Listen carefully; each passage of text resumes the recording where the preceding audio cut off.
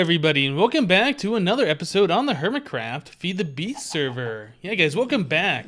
I had to turn off the rubber farm here. We were just collecting way too much rubber. Like, if we go in here and look at my rubber supply, yeah, we have 45,000 rubber saplings, 112,000 rubber bars, and 438 of these sacred rubber saplings, which really aren't sacred rubber saplings, but that's okay.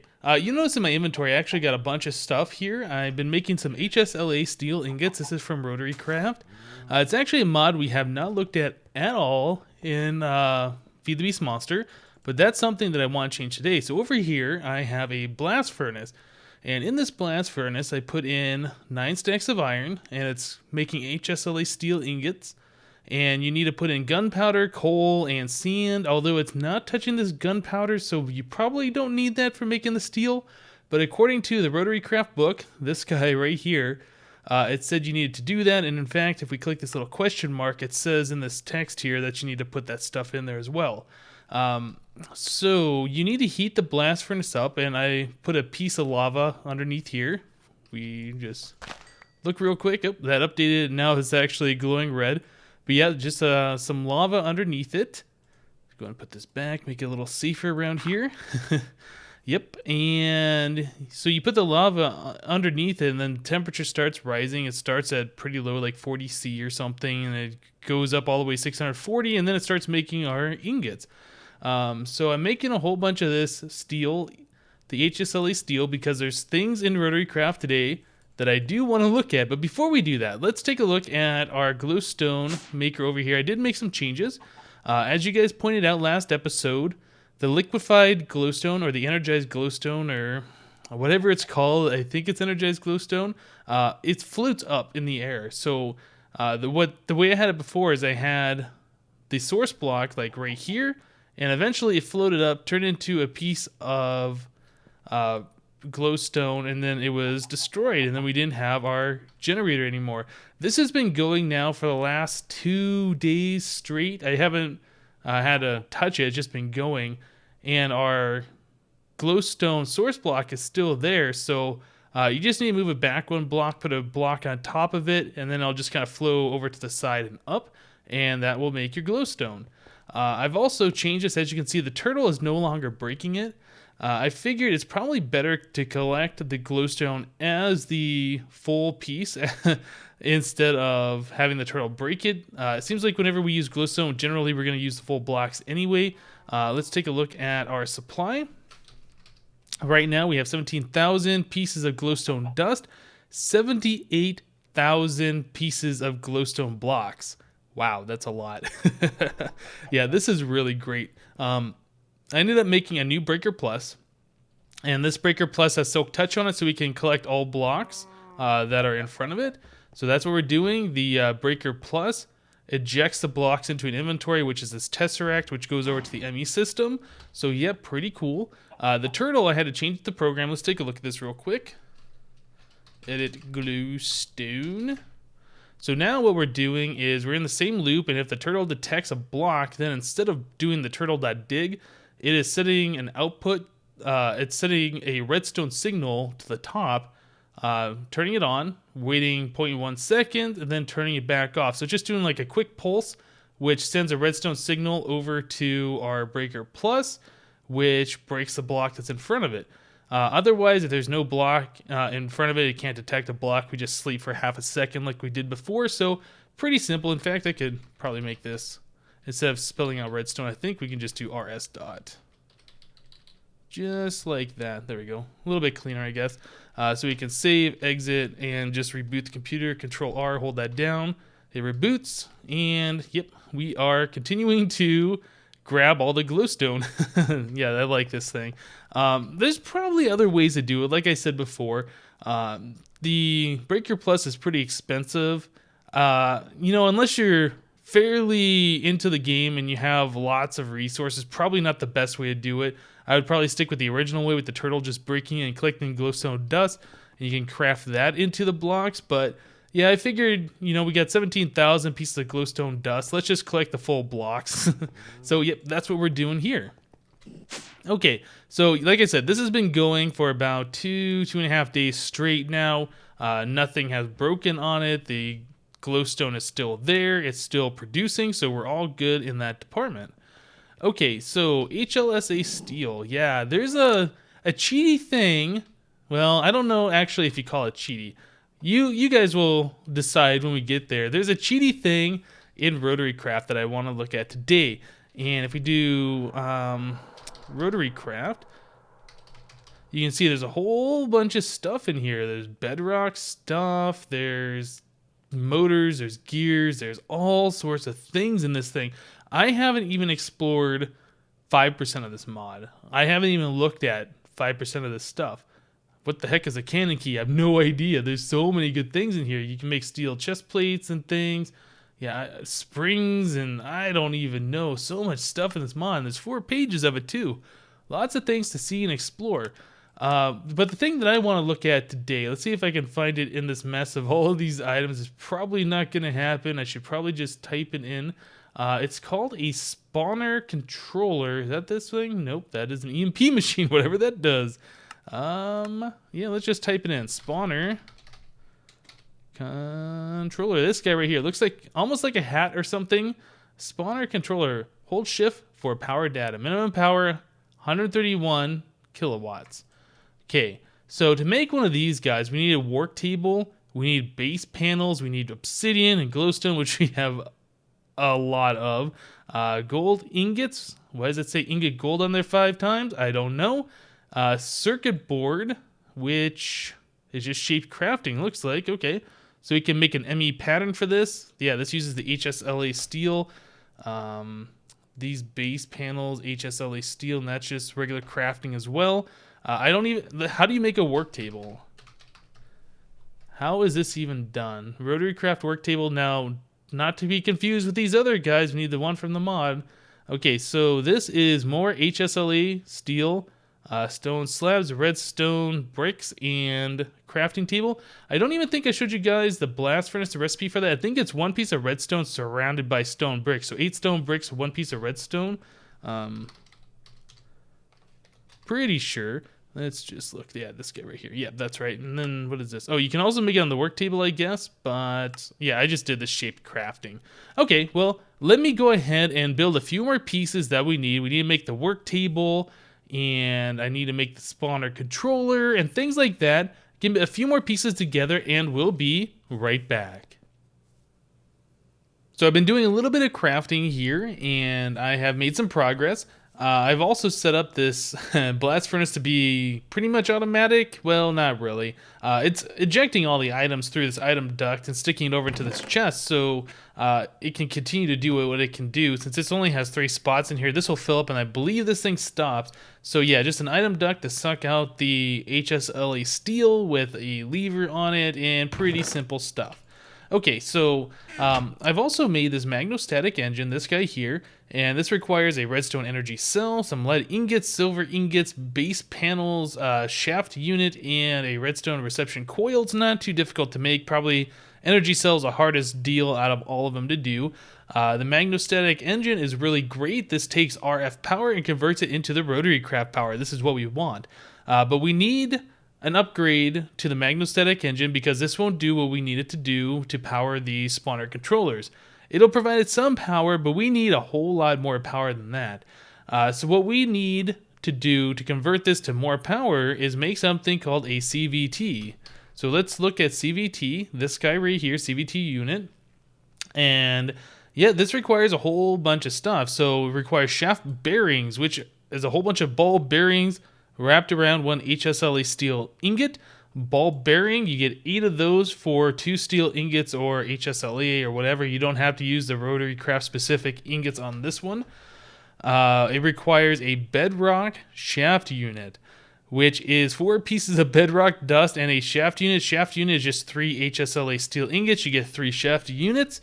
This bedrock dust is where we're stuck at right now. It requires a circuit board, which we looked at. It requires a mount, which is a base plate and some steel. And it also requires a screen, which is a circuit board, some steel, and a glass pane. So most of that stuff isn't too bad. This is where it gets tricky because we have to make bedrock dust. Now, I don't remember if Slipgator had to do this before. I don't remember if this was required. I know Slipgator made one of these CVT units, but like I said, I don't remember if he had to do the bedrock. Maybe it was a different version of the mod, or maybe he did that off camera. I don't recall him ever having to do this. However, to make bedrock, we need another machine from Rotary Craft. So there's a machine called Bedrock Breaker, I think. Let's look at this real quick. Yeah, this guy right here, Bedrock Breaker. Hold shift for details. Doesn't really tell us much. We click on it. So in the work table, we need 3 obsidian, 2 diamonds, a HSLA steel, and 3 base plates. So that's not bad at all, really. We can go ahead and make one of those real quick. So let's come down here. We need obsidian. Now, if you didn't know, you can actually do a pipe and then type diamond. And that way you can see obsidian and diamond at the same time. And then we can also do a pipe, do base for the base plates. So we can do base plate, make some of those. We can get our base plates. We can get our obsidians. 3 of those. We can get our diamonds. Let's see. What else do we need? I can't quite remember. Was that it? We need 1 HSLA steel. Okay, so one of these guys. Oh, I had an inventory full of them. Derp. There we go. So we'll do this, one of those, this, and finally that. There we go, Bedrock Breaker. This thing makes a cool little noise when you craft something too. So we have a magnostatic engine, and we have a Bedrock Breaker. Now we need to actually convert the power and get this Bedrock Breaker to work. So I am going to need, let's see. I have a Tesseract, so we can get some RF power to this guy. And I believe we're going to have to convert the power from this to work with the Bedrock Breaker. I haven't done this yet, so that's something we're going to have to figure out. Let's head over to... there we go again, running to where I'm not supposed to go. Let's head over to our quarry age, because there's plenty of exposed bedrock. Not this one, this one. Yeah, let's head over here. Now... all the way down here at the bottom, there's Slipgator's little power plant thing. There's holes in the bedrock, like this for instance, which will be perfect. Let's see. I guess we can do it right over here. This looks like a good spot. Right, so we need the Bedrock Breaker, and I can't remember how you place this. You place it like this? Okay, so you place it like that. It's got a little green box here that shows where it needs the power to go in. So we can put our engine here and stick it right like that. Yep, and then this has a little spot that it needs power in. So we can stick our Tesseract right like this. And main power, let's see, we turn that off. Energy mode, receive only. This has a little humming sound, so it is doing something. We can crank this all the way up. Is this thing turning? Yeah, this little thing right here in the front, you can't really see it that well. It's like a little grinding gear. Actually, let me move this thing.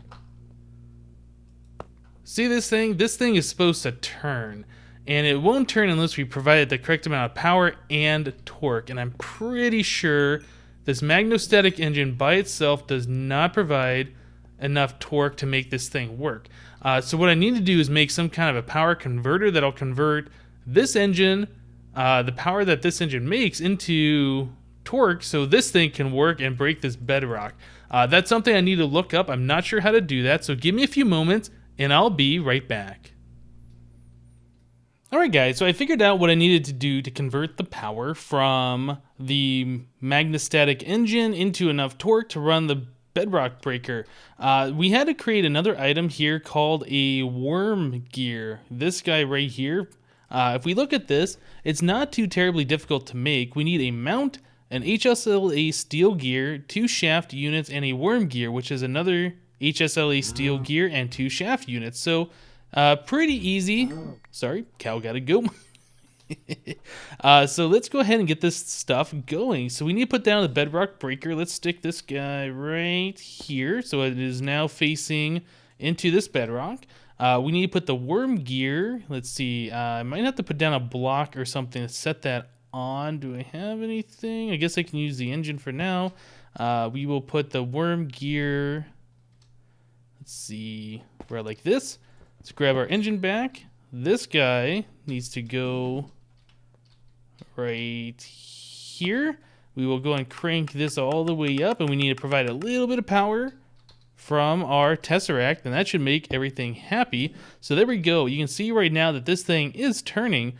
So what this is going to do is make a cool little humming sound, but eventually it's going to take this bedrock and it's going to start breaking it. Now I believe it takes about 20 to 30 seconds per section to break. You can see now it says bedrock slice. It's changed the item ID to 3731:0. So I believe it slices it 17 or 18 times. I can't remember exactly how much it is, but basically we just gotta wait for this thing to slowly get smaller and smaller and smaller. I guess it goes down a pixel every time. There you go. Is there a height difference here? I'm not even sure. Yep, but there's a slight little height difference there.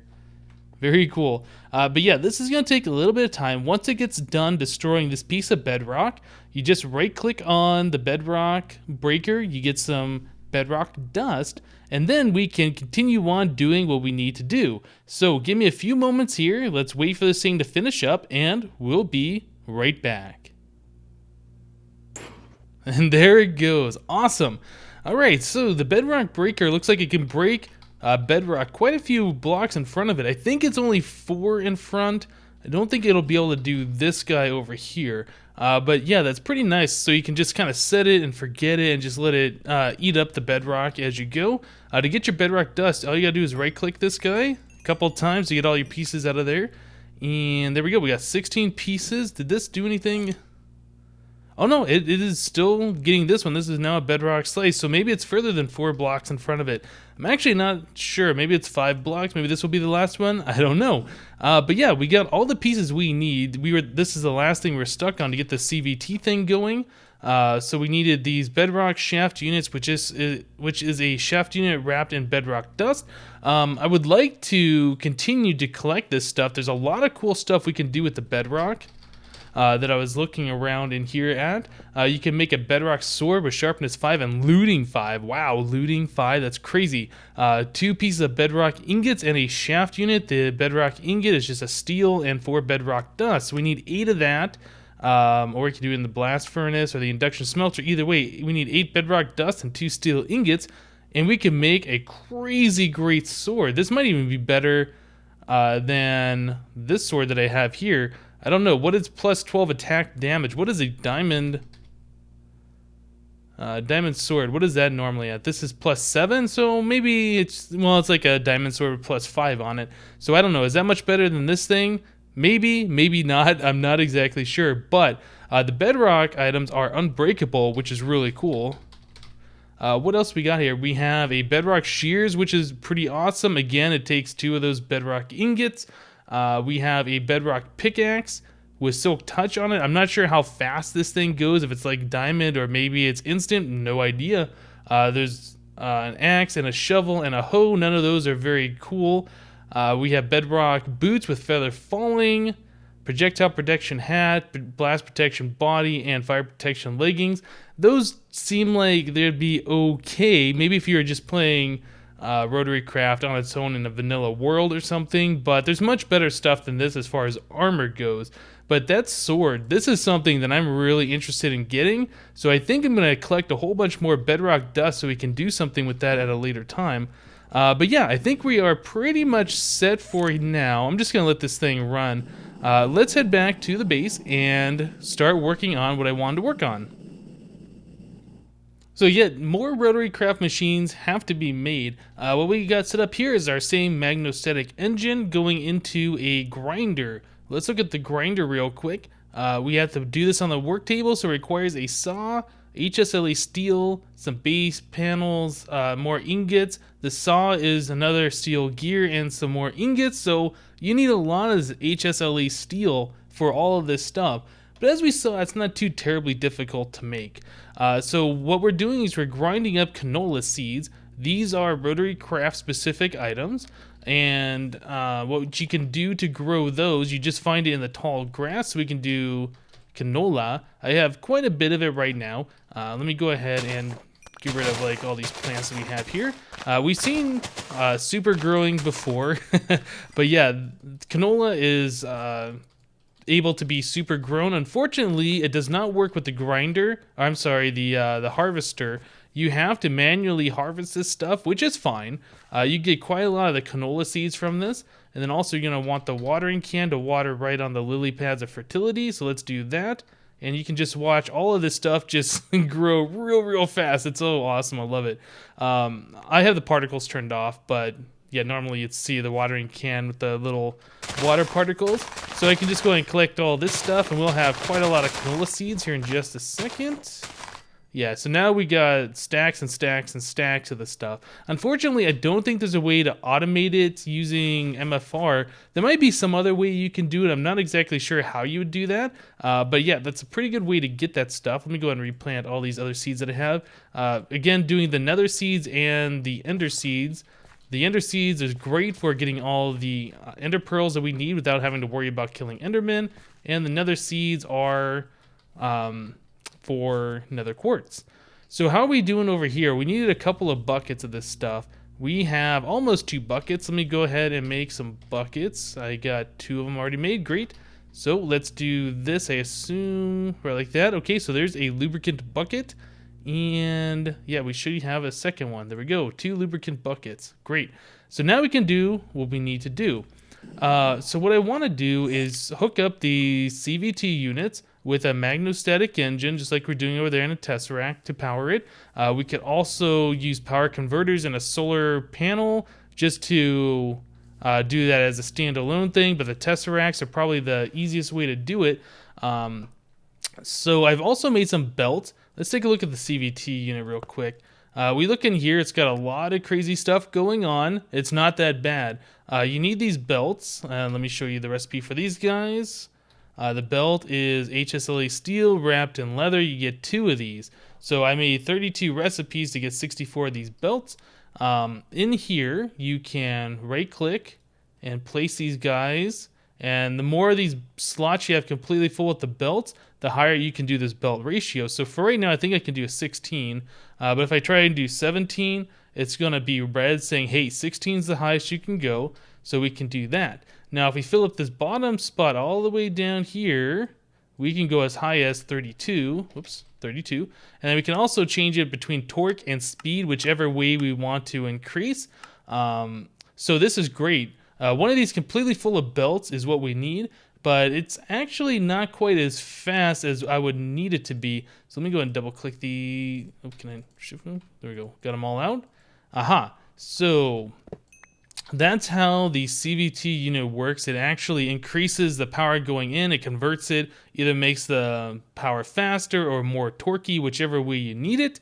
We're gonna need more power, more speed.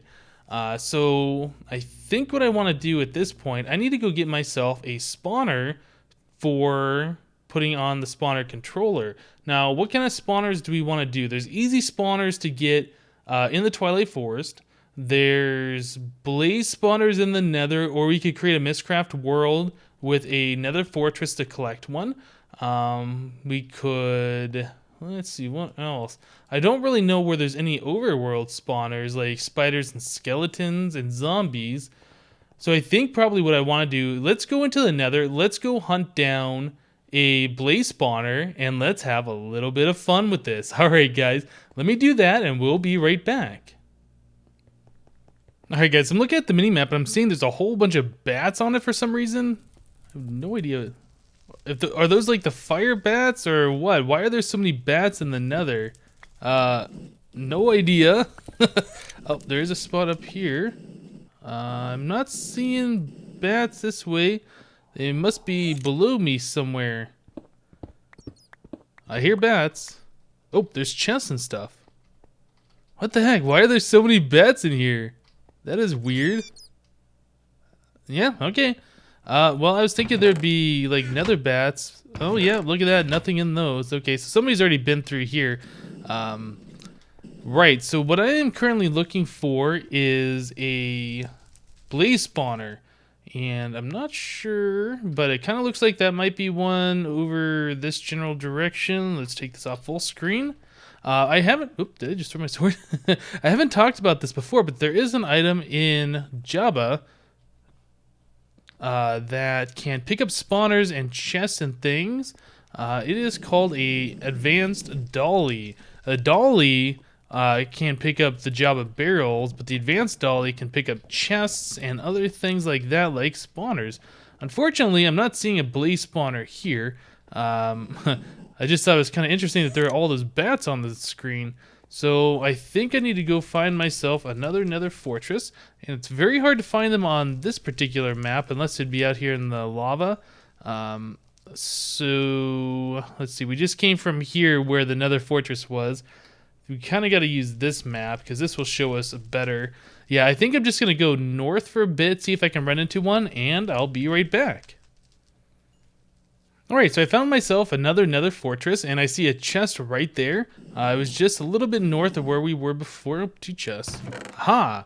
Diamonds and a flint and steel, don't really care about that. Golden sword and some nether wart. Yeah, I've never really explored these nether fortresses since they added these chests. Especially in vanilla. Gold saddle. Can you make these saddles? I forget. Recipes. Looks like you can. I don't know. Maybe.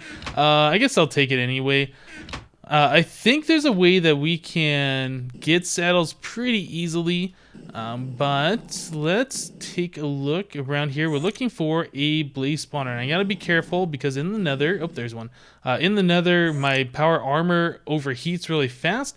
So if we're quick, we can take this diamond dolly and right click it on that spawner over there, and we will collect the blaze spawner. Let's go and eat some food, and let's just rush it. And whoop, okay, got it. So when you have it in the dolly, it does give you a slowness effect and mining fatigue. There's a way you can overcome this though. If you have like an ender pouch on you, you can go into the ender pouch, throw this guy in there, and those effects go away. Very awesome. All right, guys, let me find my way back to the base, and we'll be right back. Alright guys, so we're running short on time for this episode, so let's just go ahead and throw this together so I can show you guys what this super cheaty thing actually is all about. This is going to be awesome. So what I'm doing here is I'm making a room out of dark glass by extra utilities. This prevents light from going through, but you can see through it, which is awesome. You can see down there where the grass used to be is now dirt because it just doesn't have any light, so it dies off. So what we can do is we need to set up a few of these things, these CVT units. So let's get started. This is the center point. This is where the spawner is going to be. So we can set a CVT here, and we are going to need our magnetostatic engine. How do you say that? Magnetostatic? I don't know. Something like that. We can go ahead and set that right here. So that's going to input into these guys. And then finally, we're going to need a tesseract right there. So this guy, we can go ahead and bump all the way up. We're going to want this at full power. The tesseract's not on, so we shouldn't be giving any power over here. Now, the CVT units, really complicated interface, not too bad to understand. You have to make these belts, like I said before. We just go ahead and throw all these belts in here, fill up every single spot, and now we can set this to a belt ratio of 32. This has a speed or a torque setting. We're keeping it on speed. Finally, we need to put lubricant in this section right here, and pretty much the only way you do that is take a bucket of the lubricant and right-click on the device. So yeah, we can see there's lubricant, we're full of belts, 32, speed, we're good. This next one doesn't need as many belts, but we have to fill it up quite far. So we can set that many belts in here. This will be, I think, 16, and set that to speed as well. This also needs a lubricant, so let's go ahead and throw that in there. Great. So we're all set up as far as this goes. We need a spawner controller. I made 2 of them earlier. We're going to set that right here. And where this torch is where our spawner is going to be. We can go and remove some of these torches from around here. I had this just so we weren't spawning other mobs and things. We can use a builder's wand to bring this forward a bit. So leave, well, I was going to say we can leave a spot to get out, but that should be fine. Yeah, you can see it's quite dark over here. Let's go ahead and make a way to get up, like right on top of here, so I can fly up and out. So we should be pretty much good at this point. I'm going to go ahead and put the blaze spawner down here. And since it is a spawner, it will naturally spawn mobs. That's not really what we're concerned about. What we're concerned about is powering this guy and making it so it spawns mobs like crazy. So let's see. In my ender pouch is where my dolly is. Yep, with the monster spawner. So we can go and throw that guy down here. We might spawn a blaze or two. It's not a big deal. Let's go and kill these guys real quick. Okay, not a big deal. So we are all set up. Now the next thing to do is to give this thing some power. But before I do that, I want to wait out of here just in case. I don't know how this thing's going to work by default. Let's get at this thing and let's click this on. Oh my goodness. Look at all those blaze. Now, is that as fast as this thing goes? I'm not sure. I can't see the interface and I'm kind of scared to go in there. But as you can see, in almost no time at all, we have a full room full of blaze. I think it'd be a smart idea. I don't think they can see me, but just to cap that off. Oh man, that is so many blaze in there. So if we had grinders set up, we could grind these guys, get all the blaze rods. We can collect so much monster essence in almost no time at all. Yeah, this is what we want. This is gonna be awesome. There is an interface on there, if I could get into it, which I can't at the moment, that allows you to change how fast the mobs can spawn. Like you can set the different milliseconds, I think. But yeah, as you can see, there's really no way in there. If I go in there, these guys are going to be pounding on me, and it's going to be not fun. But is that cheaty or what? This is amazing. And in fact, this would probably make for a great screenshot. Let's go and do that. Alright guys, that's going to do it for today. Thank you guys for watching. Remember, leave a like on the episode if you liked it. Next episode, we'll probably hook up a way to kill these guys. We're just out of time for today. And we'll see you next time.